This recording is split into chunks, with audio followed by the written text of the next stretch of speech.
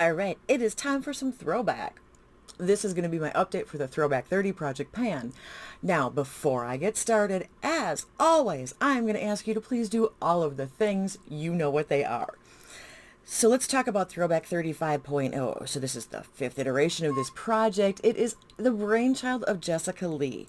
What she does is she goes back through all of the different PANtastic Ladies projects, gives us a list of them, and lets us as members vote which ones we'd like to do. And then she tallies all of that happy business up, comes up with the top 30, and gives them to us in alphabetical order. I thought they were random, but it is alphabetical. You learn something new every day. You'd think I would have known that after last year, but I didn't. So this is a project that starts July 28th of every year and ends July 28th the next year. So it just started July, it'll end July 28th, 2024. With this one, because of the way that it exists, you do have to be part of the PANtastic Ladies group on Facebook. Jessica's down there. The PANtastic Ladies are down there if you want to go join and even just to look through. And you can see all of the projects that are in this amalgamation. And you can then even click on links for each of those projects to figure out like what the prompts were or what the original project was, to figure out how it was set up, things like that. So what we do is we get to go through each one of them, and if they're prompt-based project, we get to pick our own prompt. And that gives us the creative freedom to kind of create our own project. I have taken this as a good way to get rid of, not get rid, that sounds bad, a good way to go through and use up a lot of smaller items and a lot of older items, and then get some love in just a few other things.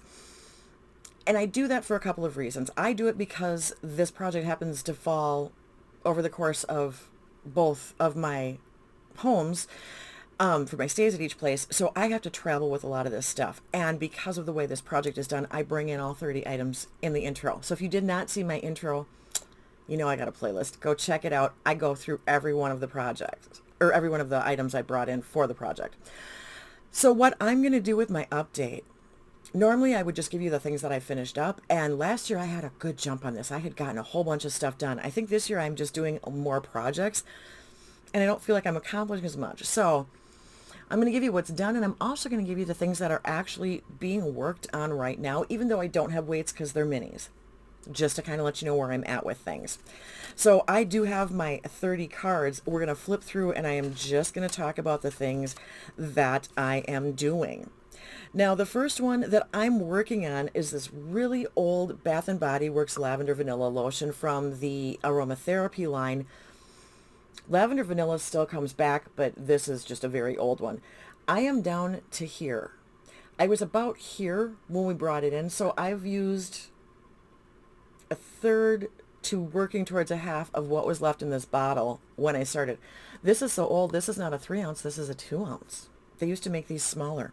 I don't know if they're the same size as the regular line now or if the aromatherapies are still smaller, but that one I am working on.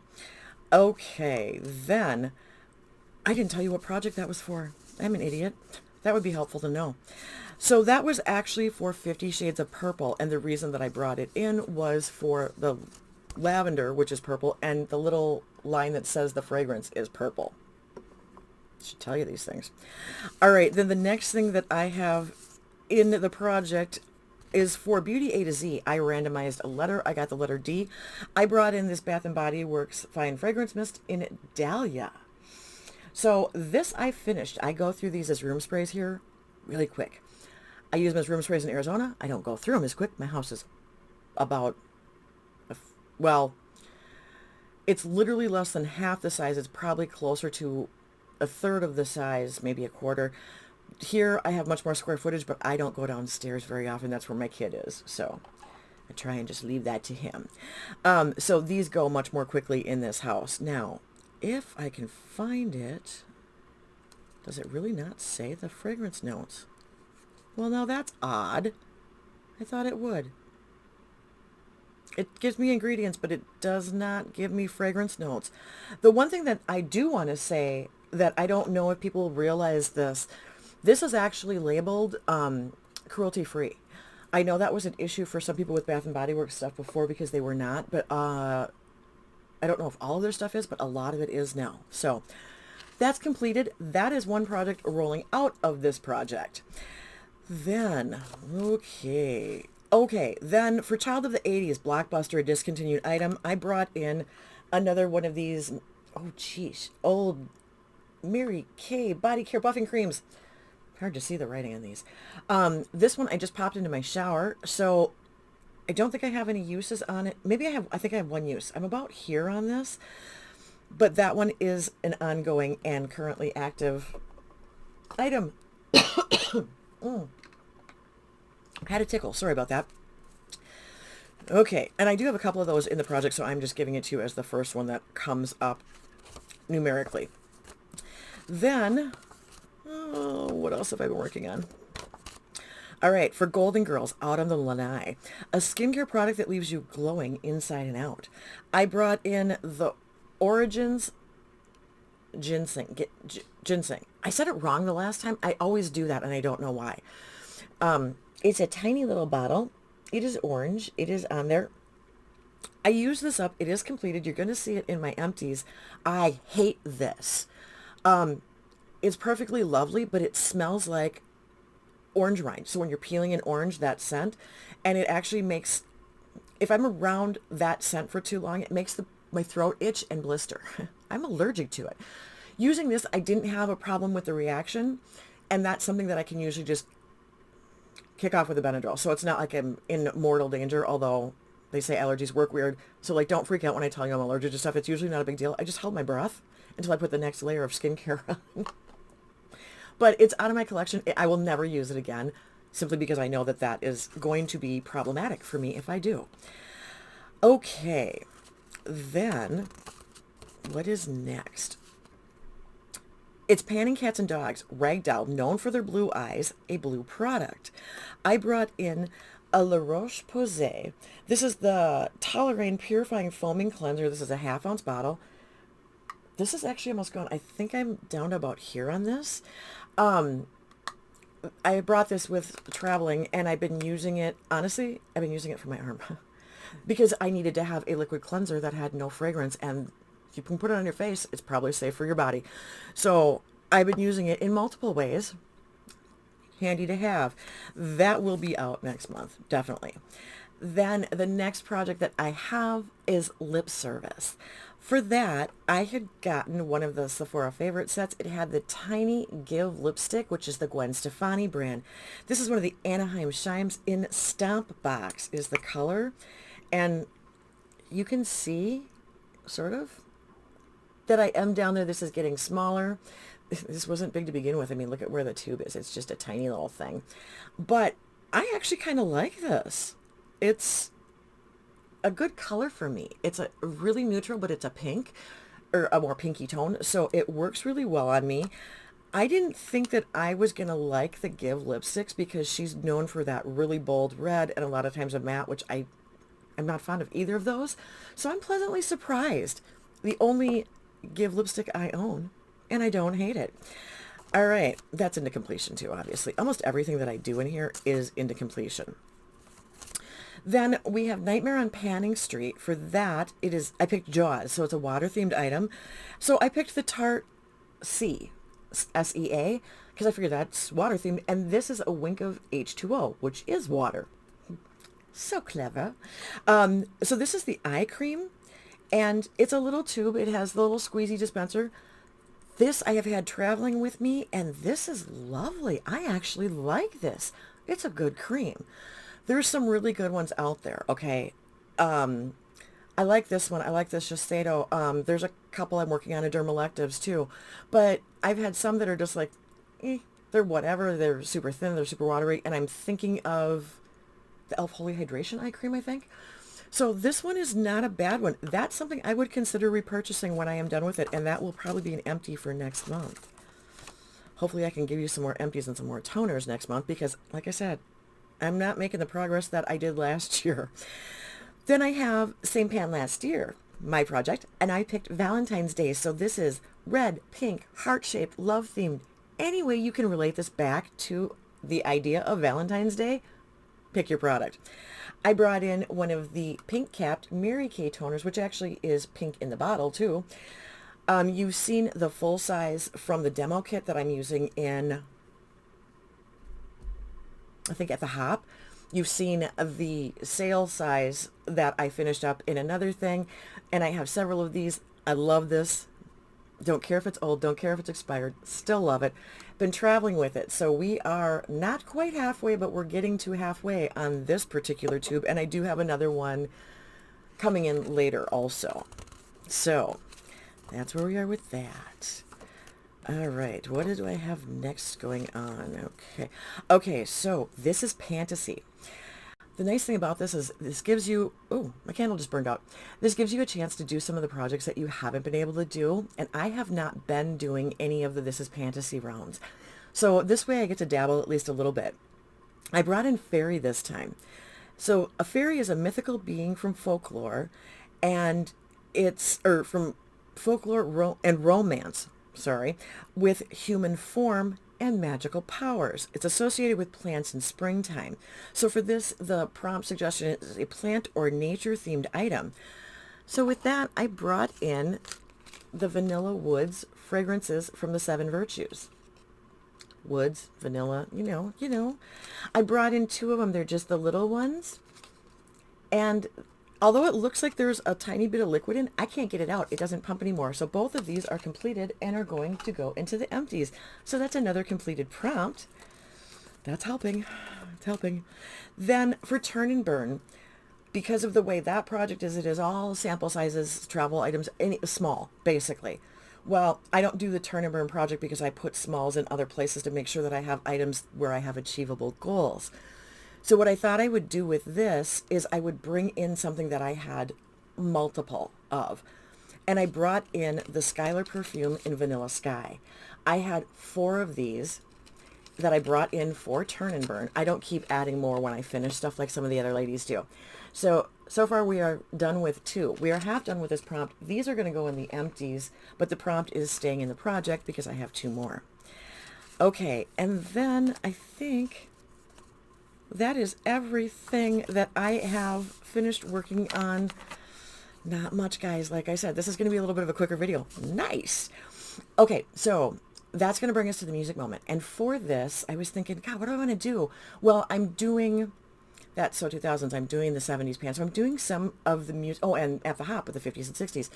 So I thought, okay, my first idea actually is going to fall into the 70s category. So I didn't want to pull that in. And I thought, well, what on earth do I want to do for a throwback? Then I came up with an idea. My brain goes strange places in case you didn't know the crazy train. It does. What I decided that I wanted to bring in was the song called Video Killed the Radio Star by a band known as the Buggles, Buggles. So the reason that you're going to know this and the reason that it popped into my head was because it was the very first song that premiered on MTV.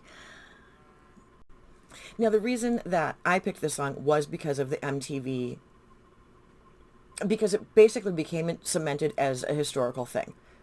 So it is a very significant thing. And I thought, okay, well, the throwback to the beginning of music television is significant enough where I thought it would be a good one to bring in for this project. Now, the Buggles. Okay. So they were 3 guys. We've got Trevor Horn, who was from, yes, Art of Noise, the Buggles, and then the Trevor Horn Band. And then we have got, and I knew his name because of Yes, so that's why I was like, oh, I want to look and see where these guys came from. Then you have got Jeff Downs, who was also in Yes at some point, but he was part of the supergroup Asia, and then in the Buggles. And then finally we have Bruce Woolley.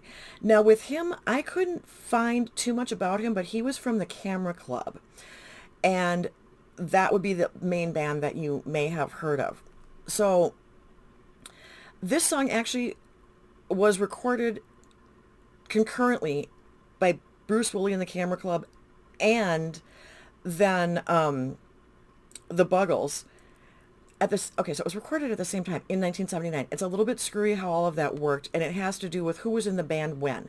Now, the Camera Club version also has Thomas Dolby. Blinded Me with Science, anybody? So he was in that on keyboards.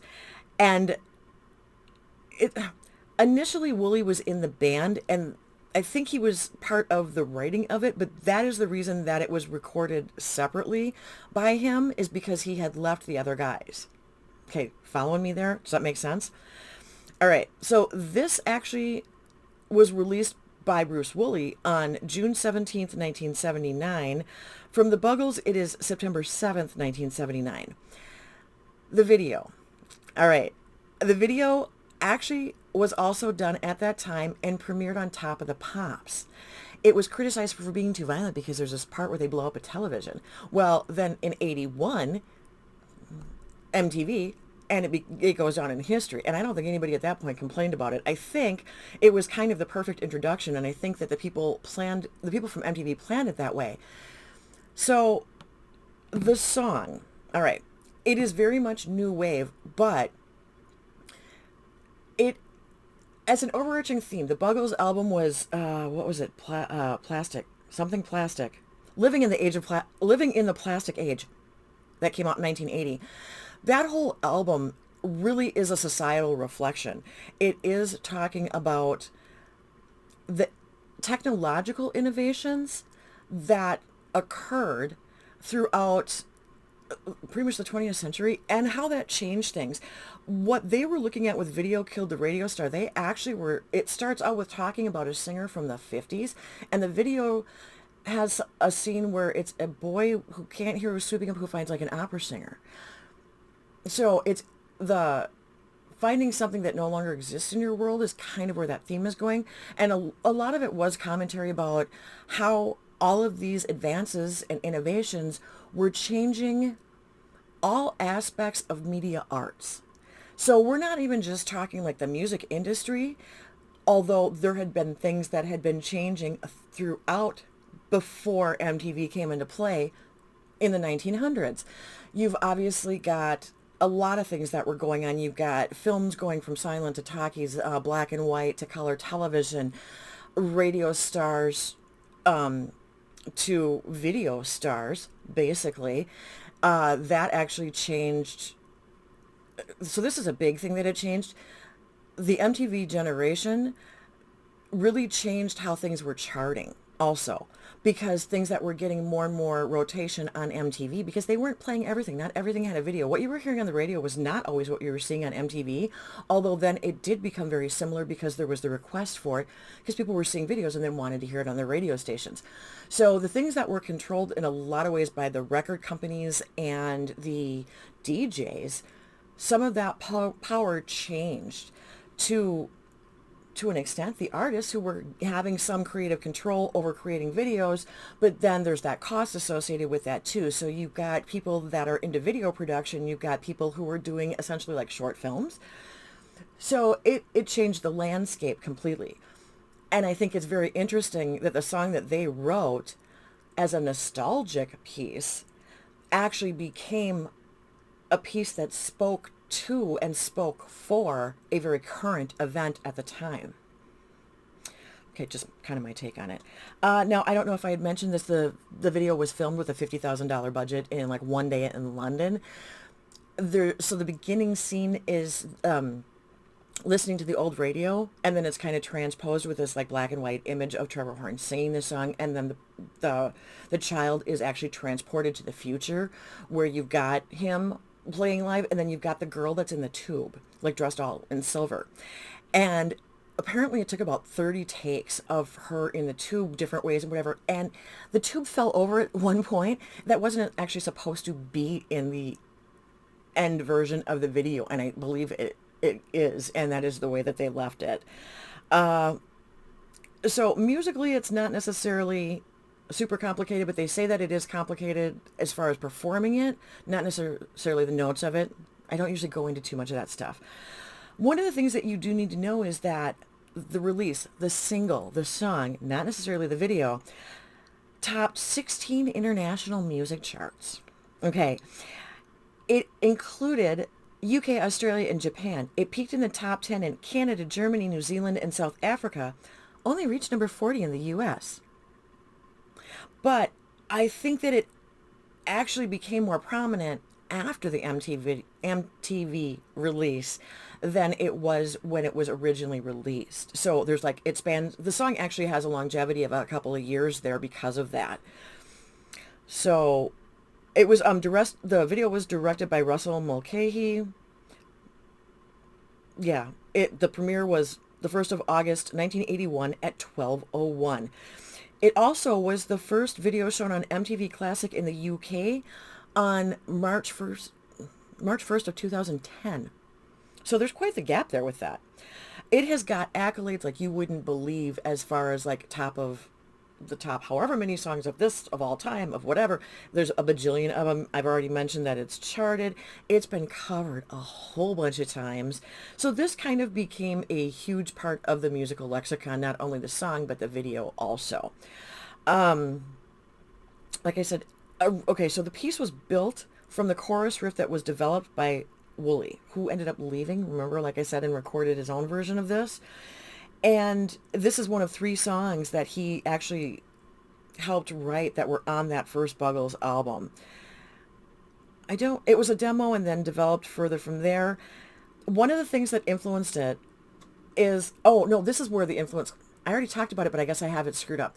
The influence was from J.G. Ballard's short story, The Sound Sweep. That's where it's the boy who can't hear that finds the opera singer. I'm sorry, I thought that was part of the video, but he comes up as he's a mute boy vacuuming up stray music in a world without it, comes upon an opera singer hiding in a sewer.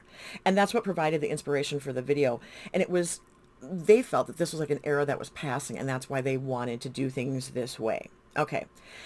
Also, they cite Kraftwerk as an influence simply because of the futuristic take, sound, and all of that Kraftwerk had. Kraftwerk is a huge band. All right. I think that is kind of the main thing that you need to know. It really is about times changing. And like I said, it kind of became more of a timeless piece than I think it was originally anticipated, since it was intended to be nostalgic. But there you go. That is everything I'm going to tell you about it. I'm going to link the video down in the description box. I'm sure you've all seen it and heard it, but in case you haven't, or if you just want to go check it out again, go check it out down there. Jessica Lee is linked down there. The PANtastic Ladies are linked down there. That's everything I've got for you. With any luck, we'll have some more empties next month. So until then, thank you for giving me some of your time. I truly appreciate it. See ya. Bye.